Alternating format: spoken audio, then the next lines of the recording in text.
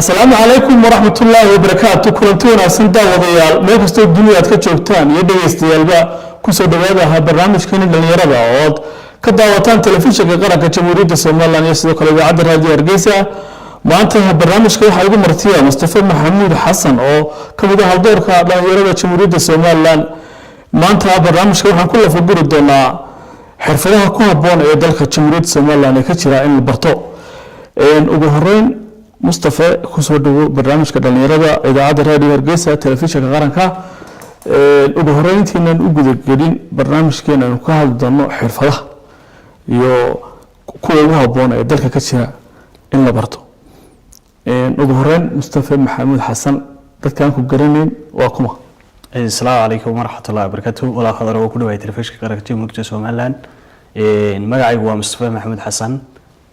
كمدة دليرتا social activity كهول كش مجال هرجيسة هير دوكسي خوسة يهير دوكسي سرق سوقاتي مجال هرجيسة هاتنا هير جامعة كودا مجال هرجيسة كارهان جامعة كوليس يونيفرسيتي كارهان ديبارتمنت software engineering. وين هرجيسة كون هنا قاعد هرجيسة كبرتي وحكبرتي ما شاء الله. وجهرين مصطفى ومحي حفظه. ولا مركل إيجيو خضروا حرفها بدنا واحد وقعها وقون قارو وقف كبرته سو هول وقبته واللي بس دي وقها باري مرجع حرفه وقون قارو وقف فرسمه ذو برته أما بتجينا كانوا تعبان كرهاته أما بدنا تعبان كريم بها مرجع وقون قارو وقف كبرته سو هول وقبته يمسمع والله غيبيا ولا حرفها واحد غيبيا نوعية كلا دوون إلا صدح نوع بوجوه وين جودهان ليس لا يقعنا دونك حرفها صاع ميت تكنيكالو سكيلا أو حرفض للطعام كرو أو حنقول قف كوش قيسان كرو يقار حرفض إنتربين نرا سكيلس أو قف كوش شخصية أو قف كديسسا يقار كنيت في تينك كام كريت في سكيلس كادو تقانو وحرفضها هال أبورك لحريرة صدح نوع بوجودهان بدنا الغور ريا حرفضها حرفها ugu habboon ee dalka Jamhuuriyadda Soomaaliland ka jira wala waxa jira xirfado horta aad u habboon baa jira dalkan Jamhuuriyadda Soomaaliland oo na haysano oo tooliskooda in dalka laga helayo uu qofku ku shaqaysanayay xirfadahaasi waa qaar shakhsiyan qofka dhisaya iyo qaar hal abuur ahaaneed iyo sidoo kale qaar la taaban karo xirfado suuqa shaqada ugu habboon ee qofku ka shaqaysan karo badanaa waxa jira xirfadaha inta badanaa adduunka xirfado lagu soo kordhay baa jira oo digital oo la xiriira halka intayna kaga tigin xirfaduhu inta badan la taaban karo waxa kamid ah computer skillska oo xirfada basic inuu qofku haatan adduunka uu la jaaqaadi karo computer skillska xirfada kale imika waxa la yiraahdaa electronic repairing oo xirfadaha iyadana aad ka runtii maanta dhalinyartan suuqeena oo anfacaysa oo dayactirka elektrooniyada iyo mobilada noocyadooda kala duwan sidoo kale xirfadaha imika haatan ka jira waxa kamid ah inta badan CC camera and sidoo kale solar installation waa xirfadaha inuu barto sidoo kale CC camera security-ga sida loo xidho xirfadaha iyo sida waxaan ku ri laftigooda lagu shaqeeyo iyo sidoo kale inuu barto solar installation-ka sida loo xidho ama wax loo install gareeyo kala badan haatan inuu cusub solar system-ka xirfadaha imsa qayb baa loo qaybiyaa guud ahaan xirfadaha saddex nooc baa lagu soo ururiyaa xirfadaha wala wax lagu soo ururiyaa xirfado inta badan la taaban karo wax la yaqaan technical skillska soo kale xirfadaha waxa interpersonal skillska oo xirfado shakhsiyada qofka kobcinaya iyo creative skillska oo xirfadaha abuurka la xiriiro qofka hal abuurkiisa kor u keenaya marka intaba waa xirfado la barto dalkeena laga helayo kuwa intaas ku soo ururinaya xirfadu waa taasoo wax badan bay dalka iyo dadkaba u taraysaa dhalinyarada Jamhuuriyadda Soomaaliland waa kuwa ugu badan maanta waxa lagu qiyaasaa boqolkiiba 57 inta badan camal la'aan bay ka cabanayaan bal maxaad arintaasi baris qabadsi iyagoo xirfado badan yeelan wadanka dhalinyaradina shaqo la'aan ka cabanayso horta walaal khadra waxa jira sida aad sheegtay dhalinyarta Soomaaliland badiba dalkeena waxa lagu qiyaasaa 57 laakiin inta badan suuq camal la'aan baa ka jirta way yiraahdaan badiba dhalinyarta adduunkan qofku haddii uu barto xirfad bulshada kula tacaamulo loo garanayo oo sumad oo qofkaas uu ka shaqeynayo isma lihi dalkeena wali amalaan baa ka jirta laakiin fursadihii dhalinyartu ay ka faa'iideysan lahaayeen iyaba waxaan ku ri yaa meesha iyaduna jirta laakiin dhalinyartii baan u diyaarsanay fursadaha technicalka ee la xiriiray suuqa shaqada ee ugu haboona inay bartaan badiba xirfadaha imika ay baran karaan waxa kamid ah dhalinyartu sidaynu soo sheegnay in solar installation-ka kamarada sidoo kale waxaan ku ri tolmaha sidoo kale waxaan ku repairing-ka dayactirka elektarooniyada noocyadiisa kala duwan computer skills-ka xirfadaha sidoo kale multimedia gaar ahaan graphics design and video editing oo nidaamyada casriga ee digitalka soo kordhay dhammaan qofka anfacaya bartaynta intaas ma lihimaad Soomaaliland qof magaalooyinka badiba hargey ku nool magaalooyinka Jamhuuriyadda Soomaaliland ismeenay bilaa shaqo noqonaya xirfadaha markii suuqa shaqadeeda aynu eegnay dad kooban baa qabta waa xirfad kala soo dad inta badan ka tirada lagu soo koobi karo ay qabtaan hatta aan gobolada qaar ee magaalooyinka ka jira xirfadaha aynu soo chance ka banaan chance-yadaasina ka banaayihiin dhalinyarta guud ahaan gobolada ku dhaqan ay ka faa'iideysan karaan dhalinyaradu inta badan caqabado ayaa soo wajaha oo ay uga kamid tahay bulwada iyo maxay ahaday qabyaalada oo kale iyaga taa maxaa ka waasa dhalinyarahan wala waxa jira qofka bini aadankii kaalin buu bulshada ugu jira kaalinta nololeedna waxa muhiim ah in naftiisa baynu ka soo baxo badiba dhalinyarta waxaan kula talinaya haddii ay helaan suuqa shaqada xirfad ku haboon ay bartaan firaaqadii balwadaha ama waxyaabaha inta badan qabyaalada kaga ku mashquuli lahaayeen iyo waqtigii waxay gelin karaan xirfadaha oo xirfadaha hadii geliyaan noloshooda way ku anfacaysaa bulshadii kalena way ku anfacayaan marka badiba dhalinyarta Jamhuuriyadda Soomaaliland waxaan tala ahaan aan u siin lahaa inay bartaan xirfadaha iyo sidoo kale waxaan ku aqoonta kale ee waxaan ku iyaduna muhiimka si chance-kooda nololeed iyo kaalintooda bulshada kaga jiraan kor u qaadaan oo maanta aniga hadii aan garanayo xirfadan waxaan ku multimedia ama graphic design hargeysa ismilihi intii shaqada waxa laga si personal inta la qaataan barashada graphic design-ka iyo multimedia inta la barashada shaqada horta qofba waa sida magaranaysa uu u weeleeyo aqoontan uu baranayo uu juhdiga iyo dadaalka bili aadankuna wax kasta uu ku dadaalo marun buu helaa goor ay haataba marka markaynu eegayno muddada anigu u dheer qofku ku baran karaa waxaan isleeyahay waa muddo 3 bilood 3 bilood kaliya 3 bilood kaliya 3 bilood kaliya ka xigtaba ninkuu shaqo tago marka suuqa shaqada siyaabaha ugu haboon oo qofku hadhow shaqo gali karo waxa kamid ah in qofku si volunteer uu ku shaqeeyo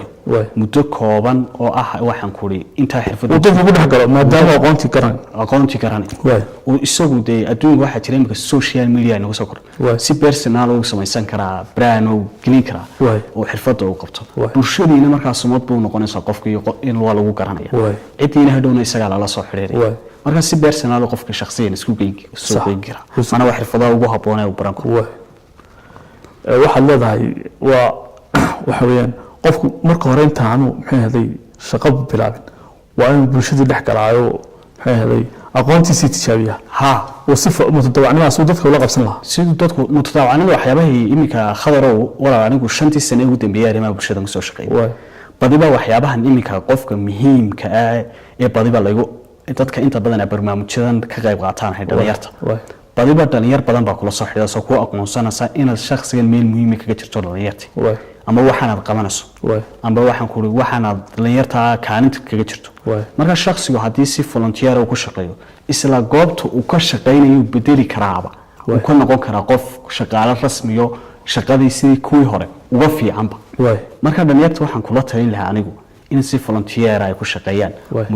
muddo aan sii dheerayn laakiin wacyigooda khibradooda nololeed xirfadaha ay u lahaanayaan iyo soo kala suuqa shaqada lagu barto qofkina qof markaa wuxuu noqonayaa xirfadii lagu aqoonsado ninka dhalinyarta maanta shaqo ama xirfad bartay suuqa soo galaya isaga maxaad kula talinaysaa waxa kula talinayaa kow horta dhalinyarta badiba waxaad moodaa majority shay kastoon horta wala loo dadaalin way adag tahay in la gaaro marka kow dhalinyarta waxaan kula talinayaa meel walba uu qofkaas joogo inuu mihnad xirfada u lahaa oo lagu sahlo talabaad waxaan kula talinayaa dhalinyarta in capacity building-kooda ay kor u qaadaan oo xirfadaha entrepreneurial skills-ka ay bartaan xirfadaha entrepreneurial skills-ka aanu galo amba xirfadaha shakhsiyada kor qofka communication skills-ka yaaba ka koowa in uu bulshada la xiriiri karo uu aqoontii soo bartay nooc walba haato amba mid technical ama mid knowledge haato in bulshadii la wadaagi karo oo lagu barto laba in qofku waxaan ku yaqaan sida waxaan ku team work loo wada shaqeeyo oo muhiim oo sababta inuu lahayn qofka dhalinyarta waa inuu soo shaqeeyo taas ugu haboon oo waa inuu dad kala duwan dabeecado kala duwan iyo environment kala duwan oo qofkii arkayo wajaha sidoo kale qofku waxyaabaha uu kor u qaadi karo shakhsi ahaantiisa waa xirfadaha la yiraahdo inta badan leadership amba hogaamintu door muhiim ah ayaa ka ciyaartaa bulshadeena marka la eegayo hogaamintu waxyaabaha ka qaybnaa qofku wuxuu garanaya halka uu ku haboon yahay iyo positionka uu ku haboon yahay xirfadahaas ugu muhiimsan inuu qof barto sidoo kale waxa kamid ah walaal team managementiga oo shakhsiyada qofku uu baran karo inuu sida maamulka waqtiga looga faa'iideysto iyadana waa mid muhiim ah sidoo kale waxa kamid ah inta badan problem solving inuu yaqaan qofku sida dhibaatooyinka loo wajaho loona xalliyo intaas ku soo koobaya waayahay وهاجاج أول واحد نقول شرناها برنامج كأني هذا المرض أو الموضوع مرتيها مانتا مصطفى محمود حسن هذا يصير سوشيال ميديا سووا سيف لبعفله سؤال شخص مركز تنموي تلا المرض وواي واحد نقول هاي سوشيال ميديا عقبات بدن باللي تدكنا المرض إنه واحد أحد مدانين واقع كالسنين أقومتي لما أنت واحد كسر التكنولوجيا أقومتي قفك سلس بركة ربع dhalinyaradu sidoo uga faa'iideystaan social media sida qaltan sida xun baraado intaad garanayso maadaama social activities tahay walaal kulli bulshada markaynu ku dhex jirno